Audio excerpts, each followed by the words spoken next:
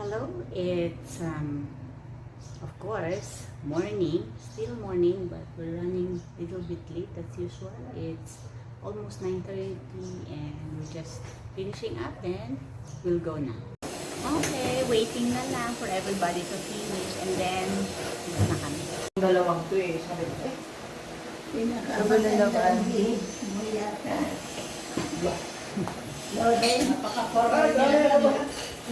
eh. Dali. Si Lowell na.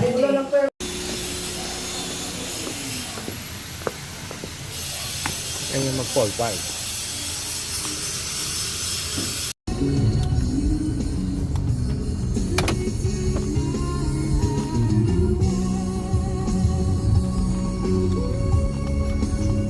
Now here at Bungalow Cafe, wait. So, where is it? There. So, there's the Bungalow Cafe. We're in the wait list. So, dito lang kami sa labas. Mag-picture siguro. And, there. So, we're looking at their pastries and cakes to see if there's anything that we may want to buy to go. Ayan, panay sila busy. Ayan. Anyway, medyo long ang waiting. Okay, so just a reminder that if you're planning to come here, be prepared to wait a bit. This is the place. May drinks na lang. Ayun lang, di ba siya nakita yan? Kala ko lang Ito na yung same lang. So, kaka-place lang namin ng order. Drinks na siya.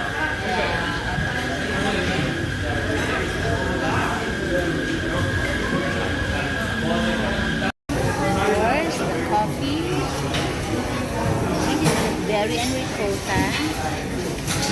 Pink pasta. sabi ko, link ko lang sa mga Maple berry pancake. And the glazed belly.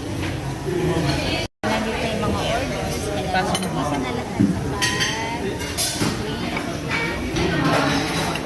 pasok ko pa nga. Para matapos ang photoshoot. And then, pwede na kami kumain. Okay, so time to go home na. Ayan, so na-pick up na namin ang cheese box and cookies.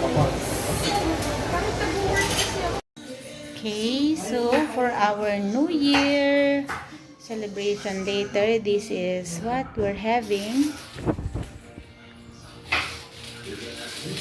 We have some pastries from Bungalow.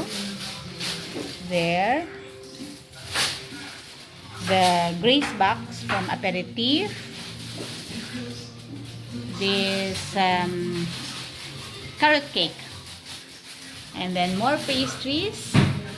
And 2 types of cookies.